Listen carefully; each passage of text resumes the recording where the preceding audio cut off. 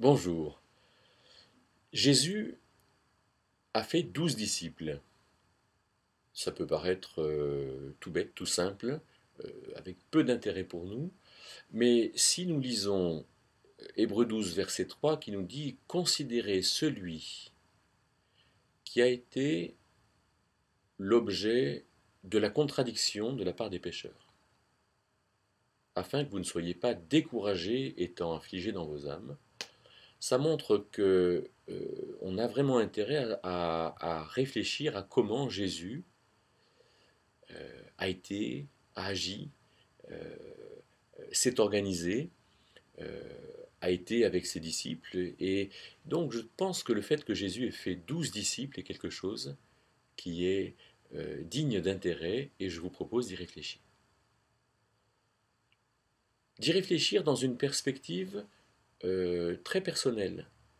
Par exemple, pourquoi ne pas envisager que Dieu nous appelle à avoir des relations privilégiées avec une douzaine de personnes? Ce qui, pour les uns, peut-être élargirait notre champ d'action, pour les autres, le rétrécirait. Pour les uns, parce qu'ils n'auraient pas assez de relations, pour les autres, ils en auraient trop.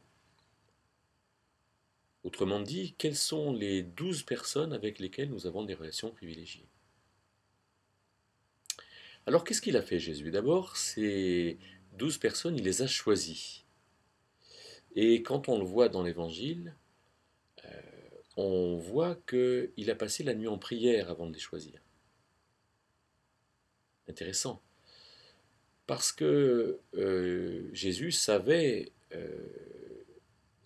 les choses à l'avance, il nous montre qu'il ne savait pas tout, puisque par exemple l'heure de son retour, il ne la connaît pas, il n'y a que le Père qui la sache, mais par contre il a choisi Judas, il a choisi celui qui allait le livrer.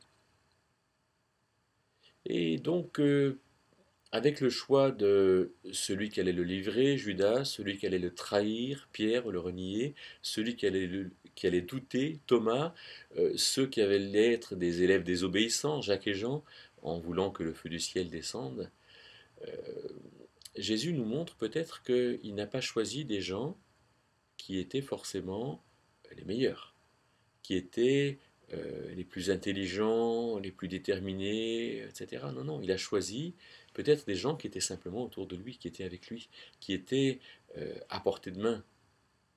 Des gens peut-être qu'il a choisis parce que il y avait des affinités, il y avait des choses, il y avait un intérêt chez ces gens-là et qui faisait peut-être qu'ils allaient répondre. Comment choisissons-nous nos amis? Est-ce qu'on est sélectif? Est-ce qu'on est finalement snob, aristocrate? Ou au contraire, est-ce qu'on choisit n'importe qui? Ensuite, Jésus a passé du temps avec ces gens-là. On peut penser que son ministère a duré 3 ans et demi. Qu'est-ce que...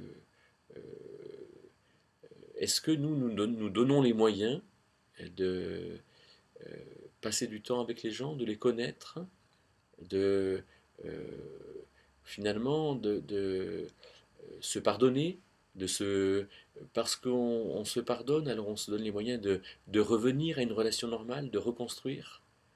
Est-ce qu'on se donne les moyens de surmonter les difficultés, mais de permettre à quelqu'un de s'exprimer pour aller vraiment jusqu'au bout d'une relation?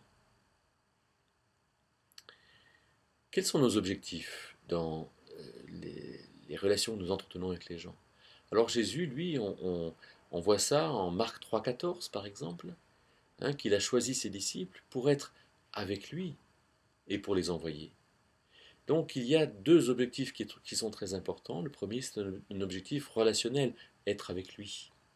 Et puis après, faire un ensemble de choses. Et à la fin de l'évangile de Matthieu, chapitre 28, on voit que Jésus, ses disciples qui ont été avec lui, il les envoie pour faire un ensemble de choses, aller, faites disciplination, les baptisant au nom du Saint-Esprit, les enseignant à garder toutes les choses que je vous ai commandées. Et puis il leur dit, voici, je suis avec vous tous les jours. Comme s'il y avait toujours ces deux pôles, faire et être, le pôle actionnel, le pôle relationnel. Et nous, dans l'amitié, il y a toujours ces deux pôles. c'est très très important d'être avec quelqu'un et puis aussi de faire quelque chose. Alors il y a les gens qui sont finalement dans l'affection, pour qui la relation est importante, mais qui ne sont pas intéressés pour faire. Il y a des gens qui sont que dans l'action, et alors les gens qui ne font pas, ben, ça ne les intéresse pas. Il faut que nous soyons dans ces deux pôles comme Jésus l'a été. Comment est-ce que Jésus conclut avec ses disciples en Luc 22, juste avant la croix? Il va leur dire, vous êtes de ceux qui avaient persévéré avec moi dans mes épreuves. Intéressant parce que Jésus a souffert de la part de ses disciples.